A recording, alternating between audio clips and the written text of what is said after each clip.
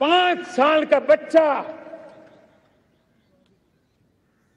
घर में विदेशी खिलौने से नहीं खेलेंगे, ये जब सब संकल्प करता है ना,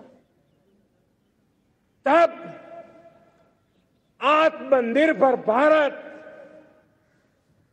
उसकी रगों में दौड़ता है। आप देखिए, पीएलआई स्कीम 1 लाख करोड़ रुपया दुनिया के लोग हिंदुस्तान में अपना नसीब आजमाने आ रहे हैं, टेक्नोलॉजी लेकर के आ रहे हैं, रोजगार के नए अवसर बना रहे हैं। भारत मैन्युफैक्चरिंग हब बनता जा रहा है, आत्मनिर्भर भारत की बुनियाद बना रहा है। आज इलेक्ट्रॉनिक गुड्स मैन्युफैक्चरिंग हो, मोबाइल फोन का मैन्युफैक्चरिंग हो, आज देश बहुत तेजी से प्रगति कर रहा है। जब हमारा ब्रह्मोस दुनिया में जाता है, कौन हिंदुस्तानी होगा जिसका मन आसमान को न छूता होगा। दोस्तों, आज हमारी मेट्रो कोचेज, हमारी वंदे भारत ट्रेन विश्व के लिए आकर्षण बन रहा है। मेरे प्यारे देशवासियों, हमें आत्मनिर्भर बनना है हमारे एनर्जी सेक्टर में। हम कब तक एनर्जी के सेक्टर में किसी और पर डिपेंडेंट रहेंगे?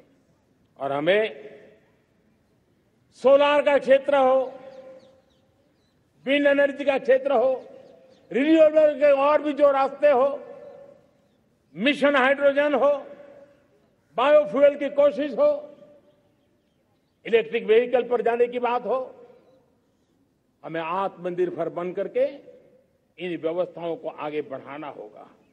मेरे प्यारे देशवासियों, आज प्राकृतिक खेती भी आत्मनिर्भर का एक मार्ग है। फर्टिलाइजर से जितनी ज्यादा मुक्ति, आज देश में नैनो फर्टिलाइजर के कारखाने की नई आशा लेकर के आए हैं। लेकिन प्राकृतिक खेती, केमिकल फ्री खेती आत्मनिर्भर को ताकत दे सकती है। आज देश में रोजगार के क्षेत्र में ग्रीन जॉब के नए नए क्षेत्र बहुत तेजी से खुल रहे हैं। भारत ने नीतियों के द्वारा स्पेस को खोल दिया है। ड्रोन की बहुत दुनिया में सबसे प्रगतिशील पॉलिसी लेकर के आए हैं। हमने देश के नौजवानों के लिए नए द्वार खोल दिए हैं। मेरे प्यारे भाइयों बहनों, मैं प्राइवेट सेक्टर को भी आह्वान करता हूं, आइए हमें विश्व में छा जाना है। आत्मनिर्भर भारत का ये भी सपना है कि दुनिया को भी जो आवश्यकताएं हैं उसको पूरा करने में भारत पीछे नहीं जाएगा। हमारे लघु उद्योग हो, सूक्ष्म उद्योग हो, कुटीर उद्योग हो, जीरो डिफेक्ट जीरो इफेक्ट, हमें उस करके हमें दुनिया में जाना होगा। हमें स्वदेशी पर गर्व करना होगा। मेरे प्यारे देशवासियों, हम बार बार लाल बहादुर शास्त्री जी को याद करते हैं। जय जवान जय किसान का उनका मंत्र आज भी देश के लिए प्रेरणा है। बाद में अटल बिहारी वाजपेयी जी ने जय विज्ञान कह करके उसमें एक कड़ी जोड़ दी थी और देश ने उसको प्राथमिकता दी थी। लेकिन अब अमृतकाल के लिए एक और अनिवार्यता है और वो है जय अनुसंधान। जय जवान जय किसान जय विज्ञान जय अनुसंधान, इनोवेशन। और मुझे मेरे देश की युवा पीढ़ी में भरोसा है। इनोवेशन की ताकत देखिए। आज हमारा यूपीआई, भीम, हमारा डिजिटल पेमेंट, फिनटेक की दुनिया में हमारा स्थान, आज विश्व में रियल टाइम 40% अगर डिजिटल फाइनेंशियल का ट्रांजैक्शन होता है तो मेरे देश में हो रहा है। हिंदुस्तान ने ये करके दिखाया है। मेरे प्यारे देशवासियों, अब हम 5G के दौर की ओर कदम रख रहे हैं। बहुत दूर इंतजार नहीं करना होगा, हम कदम मिलाने वाले हैं। हम ऑप्टिकल फाइबर, गांव गांव में पहुंचा रहे हैं। डिजिटल इंडिया का सपना गांव से गुजरेगा, ये मुझे पूरी जानकारी है। आज मुझे खुशी है, हिंदुस्तान के 4 लाख कॉमन सर्विस सेंटर्स गांवों में विकसित हो रहे हैं। गांव के नौजवान बेटे बेटियां कॉमन सर्विस सेंटर चला रही हैं। देश गर्व कर सकता है कि गांव के क्षेत्र में 4 लाख डिजिटल एंटरप्रेन्योर का तैयार होना और सारी सेवाएं लोग, गांव के लोग उनके यहां लेने के लिए आदी बन जाए, ये अपने आप में टेक्नोलॉजी हब बनने की भारत की जो ताकत है।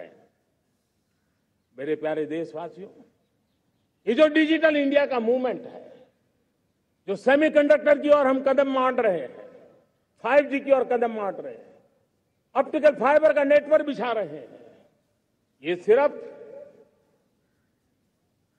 आधुनिकता की पहचान ऐसा नहीं है। 3 बड़ी ताकतें इसके अंदर समाहित है।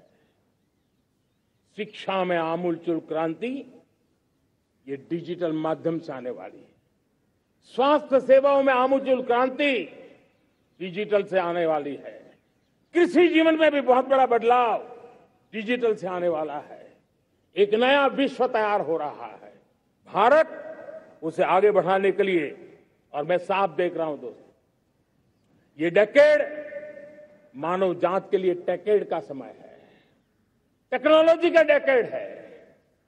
भारत के लिए तो ये डेकेड जिसका मन टेक्नोलॉजी से जुड़ा हुआ है, आईटी की दुनिया में भारत ने अपना एक लोहा बनवा लिया है, तो ये डेकेड का सामर्थ्य भारत के प्रयास है।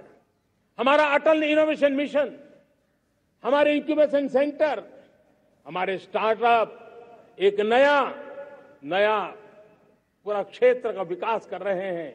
युवा पीढ़ी के लिए नए अवसर लेकर के आ रहे हैं। स्पेस मिशन की बात हो, हमारा डीप ओशन मिशन की बात हो, समुद्र की गहराई में जाना हो या हमें आसमान को छूना हो, ये नए क्षेत्र हैं जिसको लेकर के हम आगे बढ़ रहे हैं। मेरे प्यारे देशवासियों, हम इस बात को न भूलें, और भारत ने सदियों से देखा हुआ है, जैसे देश में कुछ नमूना रूप कामों की जरूरत होती है, कुछ बड़ी बड़ी ऊंचाइयों की जरूरत होती है, लेकिन साथ साथ धरातल पर मजबूती बहुत आवश्यक होती है। भारत की आर्थिक विकास की संभावनाएं धरातल की मजबूती से जुड़ी हुई है, और इसलिए हमारे छोटे किसान, उनका सामर्थ्य, हमारे छोटे उद्यमी, उनका सामर्थ्य, हमारे लघु उद्योग, कुटीर उद्योग, सूक्ष्म उद्योग, रेहड़ी पटरी वाले लोग, घरों में काम करने वाले लोग, ऑटो रिक्शा चलाने वाले लोग, बस सेवाएं देने वाले लोग, ये समाज का जो सबसे बड़ा तबका है, इसका सामर्थ्यवान होना भारत के सामर्थ्य की गारंटी है। और इसलिए हमारे आर्थिक विकास की ये जो मूलभूत जमीनी ताकत है, उस ताकत को सर्वाधिक बल देने की दिशा में हमारा प्रयास चल रहा है। मेरे प्यारे देशवासियों, हमारे पास 75 साल का अनुभव है। हमने 75 साल में कई सारी सिद्धियां भी प्राप्त की हैं।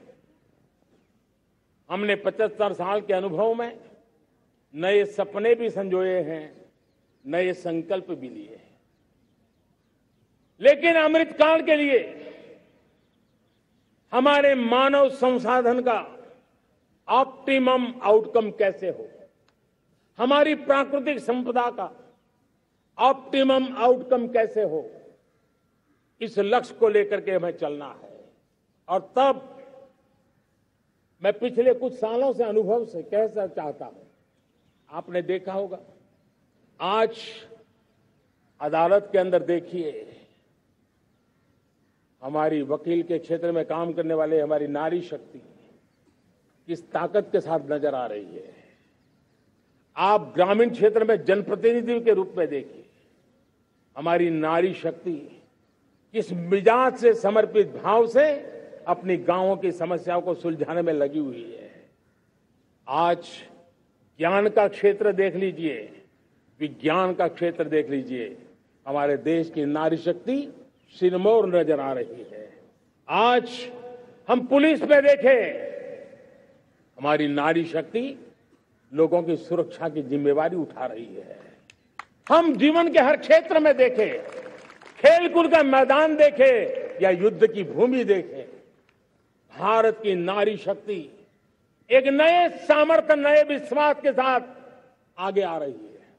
मैं इसको भारत की 75 साल की जो यात्रा में जो योगदान है, उसमें अब कई गुना योगदान आने वाले 25 साल में मैं मेरी नारी शक्ति का देख रहा हूं, मेरी माताओं, बहनों का, मेरी बेटियों का देख रहा हूं। और इसलिए ये सारे हिसाब किताब से ऊपर है, सारे आपके पैरामीटर से अतिरिक्त है। हम इस पर जितना ध्यान देंगे, हम जितने ज्यादा अवसर हमारी बेटियों को देंगे, जितनी सुविधाएं हमारी बेटियों के लिए केंद्रित करेंगे, आप देखना वो हमें बहुत कुछ लौटा करके देगी।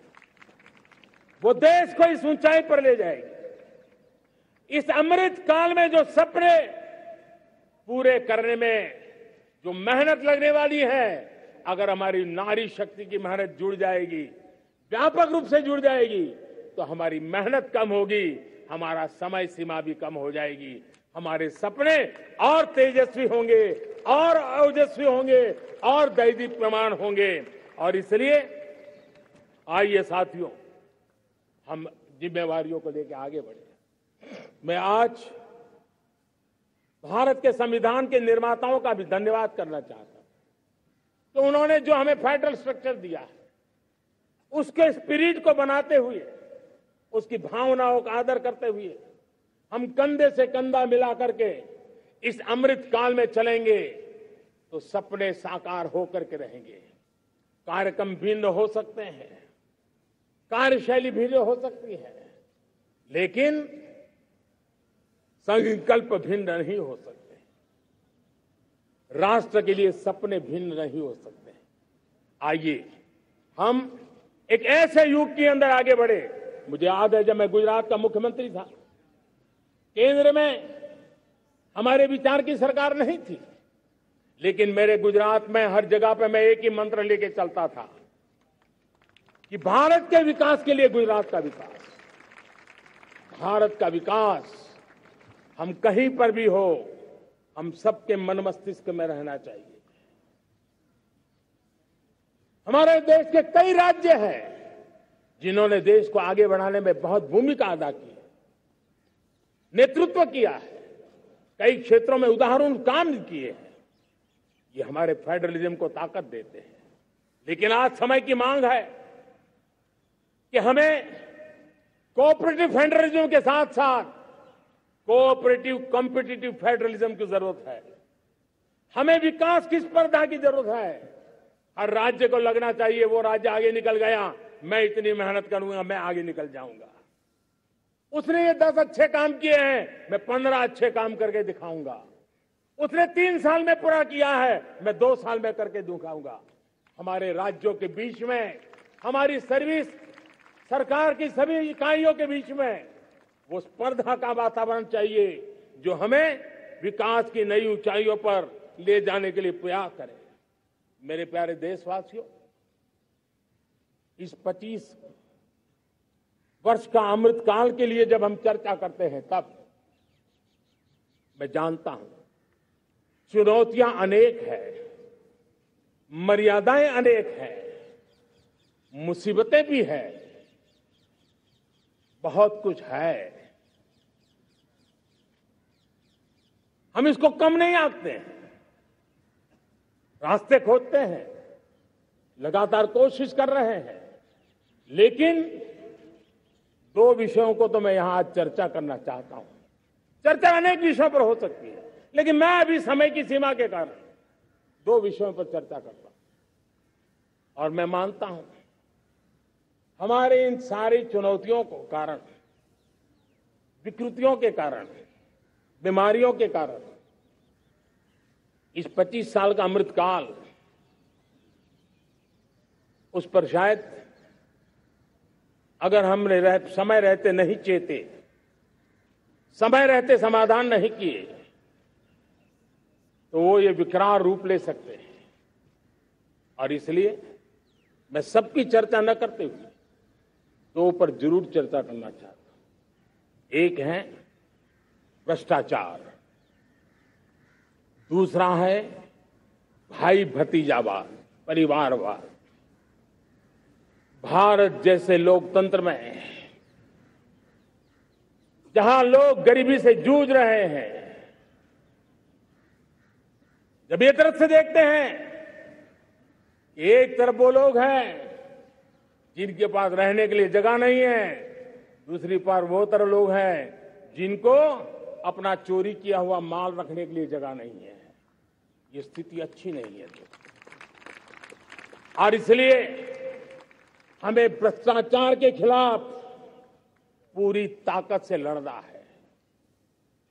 पिछले 8 वर्षों में डायरेक्ट बेनिफिट ट्रांसफर के द्वारा, आधार, मोबाइल, इन सारे आधुनिक व्यवस्थाओं का उपयोग करते हुए 2 लाख करोड़ रुपए जो गलत हाथों में जाते थे,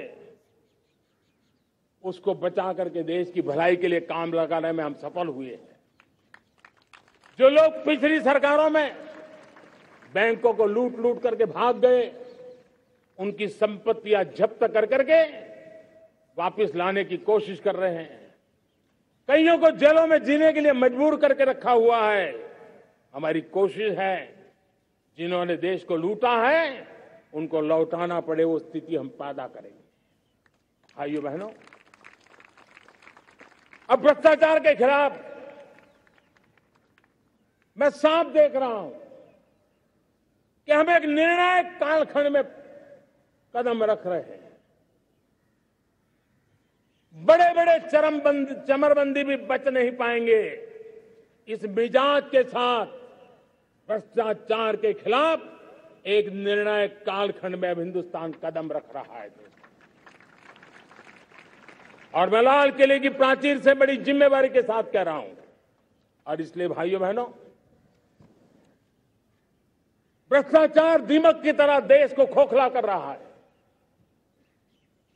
मुझे इसके खिलाफ लड़ाई लड़नी है, लड़ाई को तेज करना है, निर्णायक मोड़ पे लेकर के ही जाना है। तब मेरे 130 करोड़ देशवासी, आप मुझे आशीर्वाद दीजिए, आप मेरा साथ दीजिए।